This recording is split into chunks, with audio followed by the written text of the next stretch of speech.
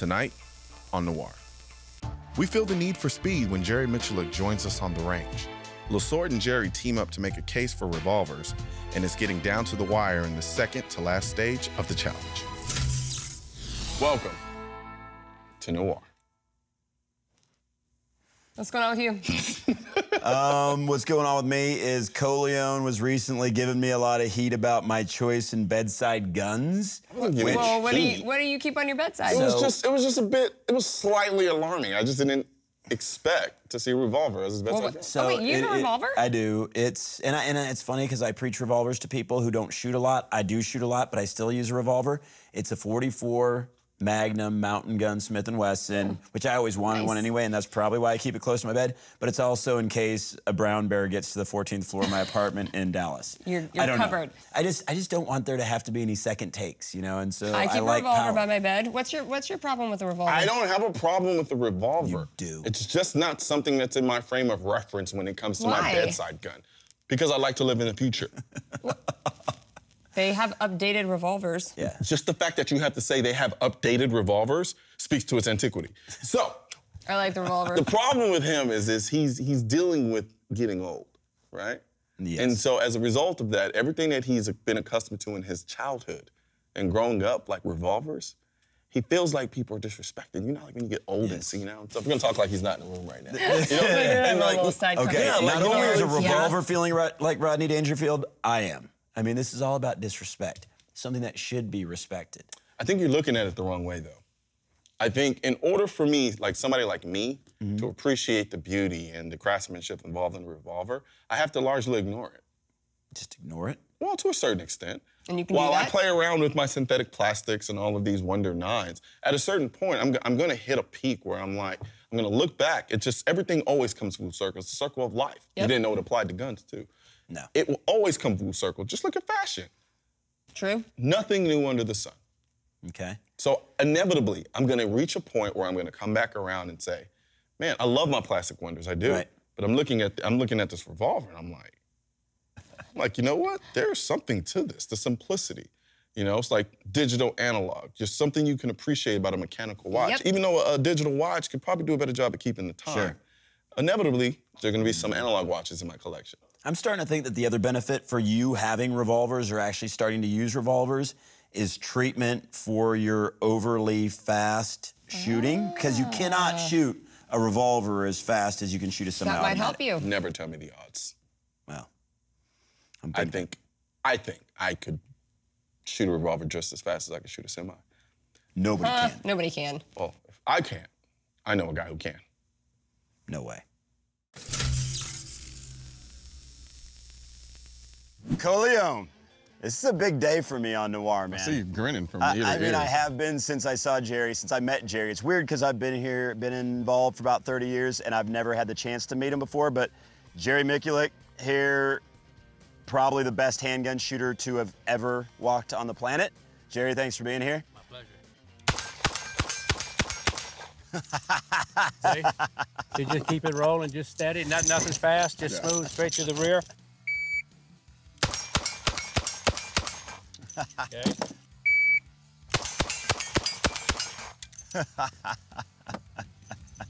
But it's a good way to start. We had a 25, 30, 25, 29, 25. And that's moving target to target to target. The idea is I never broke cycle. When you pick up a revolver, you have to realize you got a ½ inch worth of pull and a ½ inch worth of release. So if I'm coming into a target with a dead trigger, I'm half a cycle behind. Same pull, same release. Pretty good. You slap the one in there, that second one. Got a little rough. The rough ones were the misses. Okay. You're giving it a little air. The secret there when you're playing with that trigger is not to give it any air on the release. Okay. And once you give it air, you got room. Then start slapping the trigger. And then the trigger goes. You want you're human, so you want to make up that air. Then you run at the trigger even harder. Yep, you're slapping it the whole time. Yep. You see the difference? Yeah. You see how your accuracy went out the window? Yep. Right. Totally. Right. But if you watch my trigger, can I try it? Yeah, go ahead, please. If you watch my trigger finger, I'm trying never to give it any air. Jeez. See? You don't want to give it in the air. Yeah. I like that. See the difference? Yeah. Oh. Wow. Oh, not bad, though.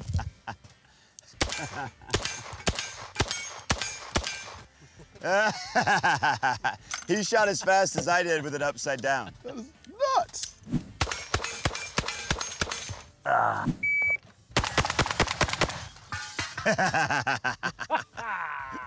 That is so awesome. I love it. Shoot a handgun that fast. Mossberg to the rescue. Oh, I mean, he just makes me laugh every time he shoots. I don't think I could have shot it that fast just shooting straight up. No.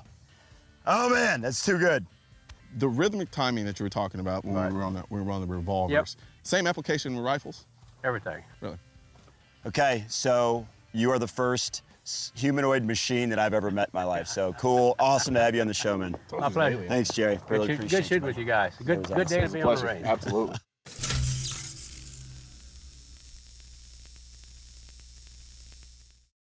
I gotta be honest, I'm floored and just completely perplexed about how somebody Jerry's age can shoot that well.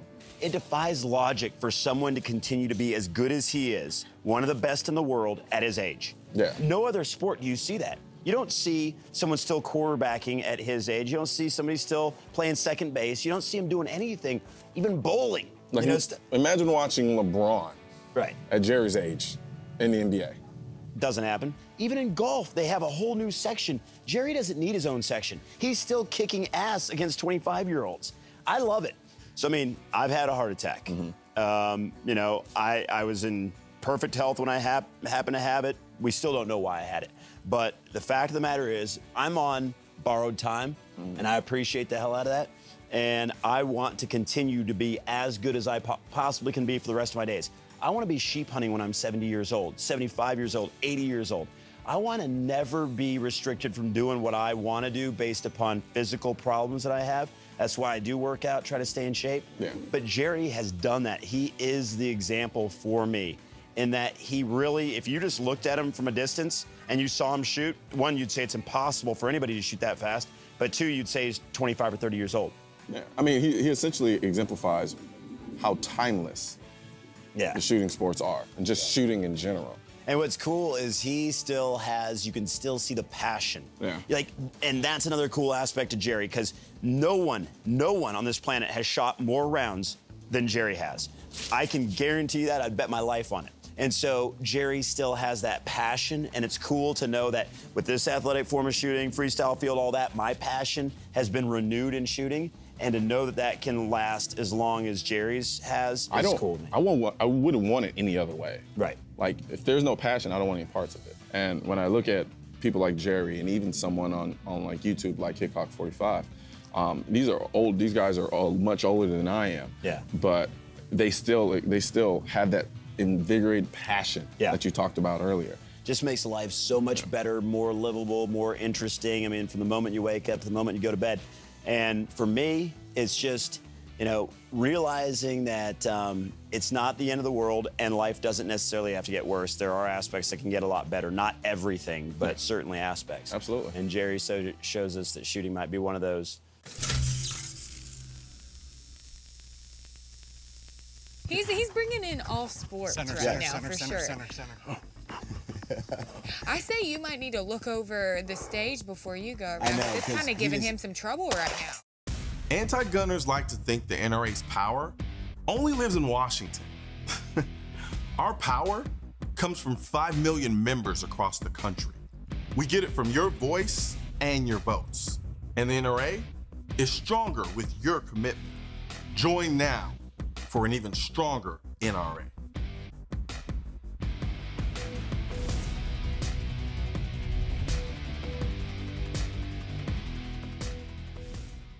All right, LaSorte, you're the most qualified one here for me to ask this question to. Is Jerry Miculek just like a freak of nature, or, I mean, he's been able to remain. I'm laughing because I know I should ask you the question. Right. Yeah. Well, I'm wondering Am I the old guy? if the shooting sports are something that anybody can get better at, no matter how old they are. Right. I want to say that he's not a freak of nature because I want to be like him in like 3 years when I'm 60. Kind of a freak. I wanted to preempt you again. But I really do want to be, I mean, 10% of how good he is because he's the best in the world. I mean, we saw how fast he shot. It was like, I just laughed every time he shot because it's like the guy who pokes the baby, like, I mean, that's what I did every time he shot. It looks unbelievable. Like, if you hadn't people seen it live for yourself, I would have a hard time believing, too, that that's possible. There's just some people on the planet who are just built to do amazing things. Yeah. He's one of them. Yeah. He was built to shoot. You could research him, throw him in the lab, and try to figure out why he's able to do what he does. There are just certain people, no amount of training, no amount of dedication, hard work is going to allow you to be as proficient, as good as doing what he does the way he does it. How do you get to that point? It's just one of those anomalies. How do you do that? He's not doing like special workouts to get that fast. It's a natural thing. It happened in basketball too. People just have those gifts. And then they build on him. I mean, one thing that was cool about what he said is that he has like 4 different iterations of himself. He would learn from like the Filipino shooters who'd came over to the United States. Yeah. The Filipino shooters are all of a sudden on the scene and they're doing things totally different. And he realizes, okay, yeah, I'm already like one of the fastest in the world, but if I implemented one of those things that those guys are doing, I'll be that much faster. So he took that natural skill. I mean, Michael Jordan had unbelievable natural skill, but he also worked to enhance it. Like in high school, he wasn't even like on the varsity team or something like that. So the natural talent is obviously there. He worked to improve it. What was funny is, yeah, he doesn't do the workouts because he's just like, moving iron doesn't make any sense to me. I want some finished product. So he works on his farm. You know, I don't think he talks exactly like that, but that's a good workout. He doesn't talk like that. I was wondering why you were using I was trying to do like a 60-year-old farm guy, like hardcore. Well, I'm going to bring us right back on subject because I think everybody is ready to see one of the final stages in this competition. So, Katie? All right, you're right. Heading into the second to last stage, Colion, you are at 9 minutes and 42 seconds, and LaSorte still in the lead with a 9 minute and 7 second time. 35 seconds.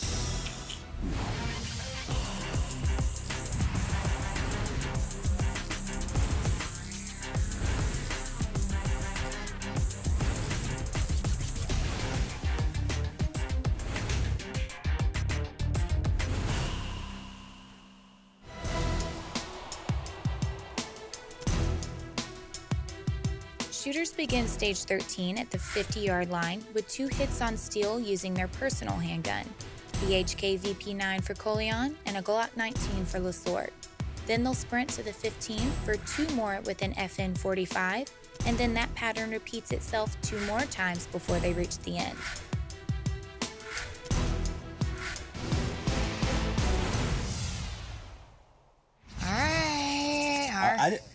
Colion, a little pity for the old injured, please.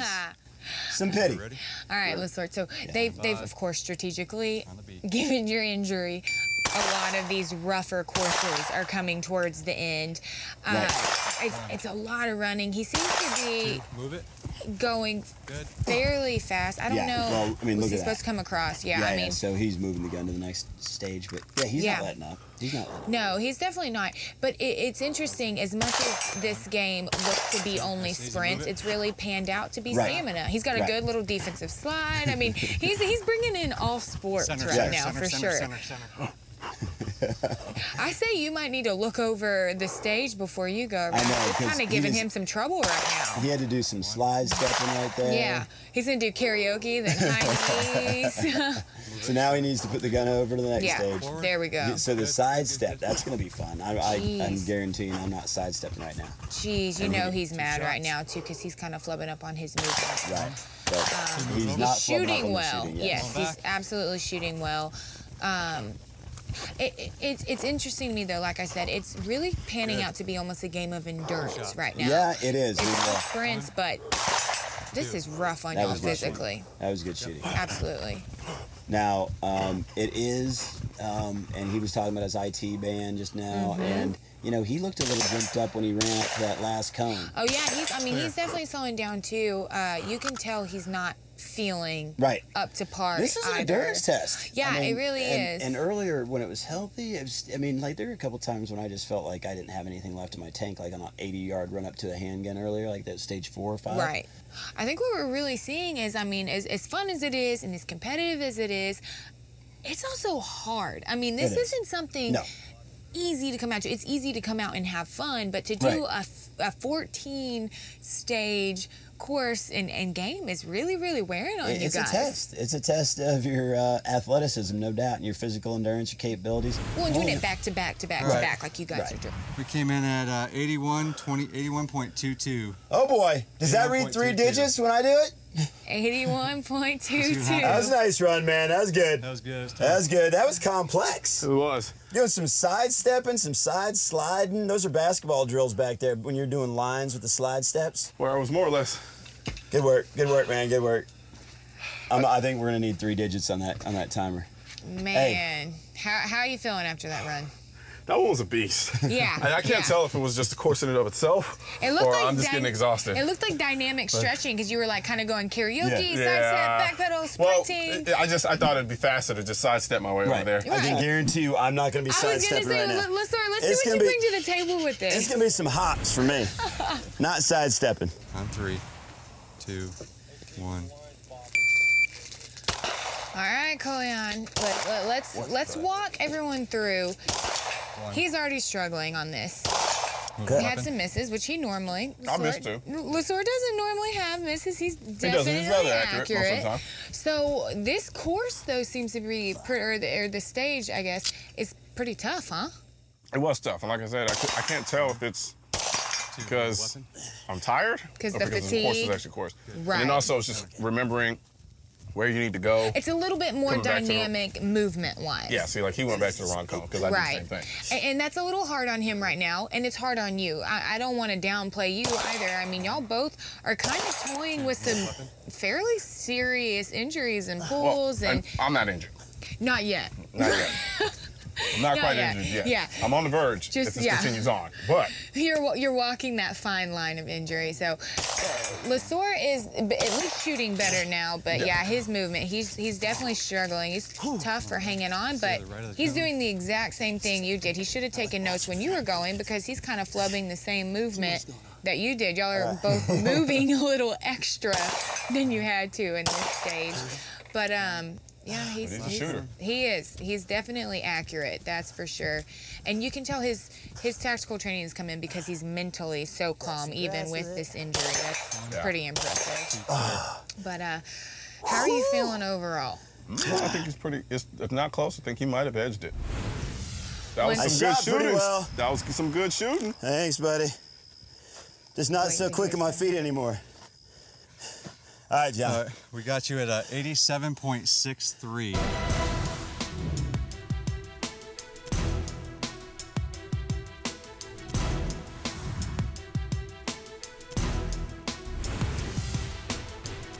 That was a beast of a course. Yeah, it was. It was, and the thing is that it actually played with your mind too, because you know it was getting late in the evening there, and you had to move over, put the gun down, run to the next cone over to the left. So much going on. There was a lot going on. Whereas a lot of the other stuff, we kind of just looked for the next cone, and Pretty much, you just couldn't do it on this one. So you had to have the mind, because when the beeper goes, you kind of lose the ability to think like a normal human being. Kind of goes instinctively. It really just becomes instinct. Yeah. And you just don't understand that until you actually go on a timer. You guys have both shot on timers. Has that happened to you? Like, Oh, it yeah. just kind of becomes so focused. It's completely different. Oh Yeah. my gosh, it's world just changes. like a game. Yeah, you can shoot free throws a million times in practice, Yep. but when it comes game time, it's a different kind of pressure. I've been in the gym shooting free throws, just until it just becomes rhythmic. And they get in the game and just airball the free throw. Yeah, Well, and it's just everything Claim goes out the sniper. window almost. The most embarrassing moment for me in my high school basketball career, yes, I had one, believe it or not. I was the shortest guy on the team, of course, but I shot technical fouls at the end of a half. So basically, we were all going to the locker room. Nobody else was in the court. It was just me shooting 2 free throws. I shot my free throw, and I went in for the rebound. Like, I was like, ah! And I did it once, and I was like, that was embarrassing. I made the shot, thank God.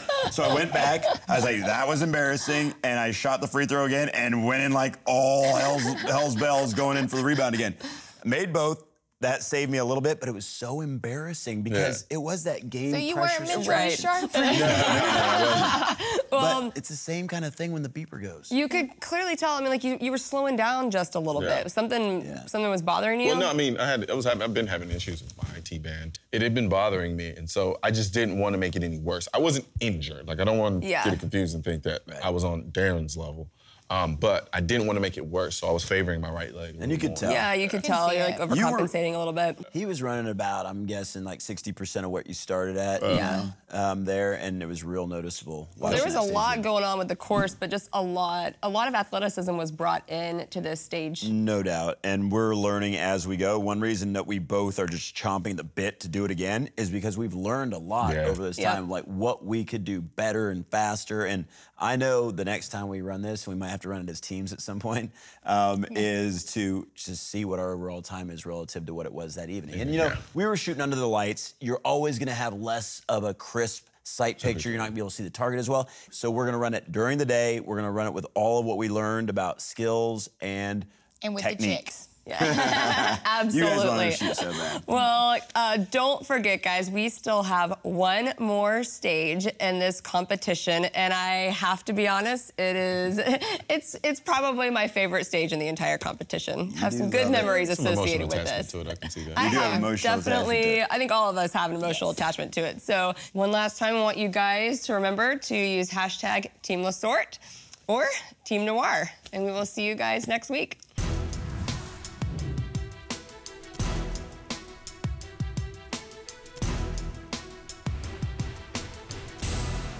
Next week on Noir. We're absolutely committed to hitting the target, and you're on the clock. So the mental game is you have to be accurate. There's no question. Are you feeling nervous about this last one? Yes, I am, because it's like 80 yards of running, and I just don't have the wheels with me right now.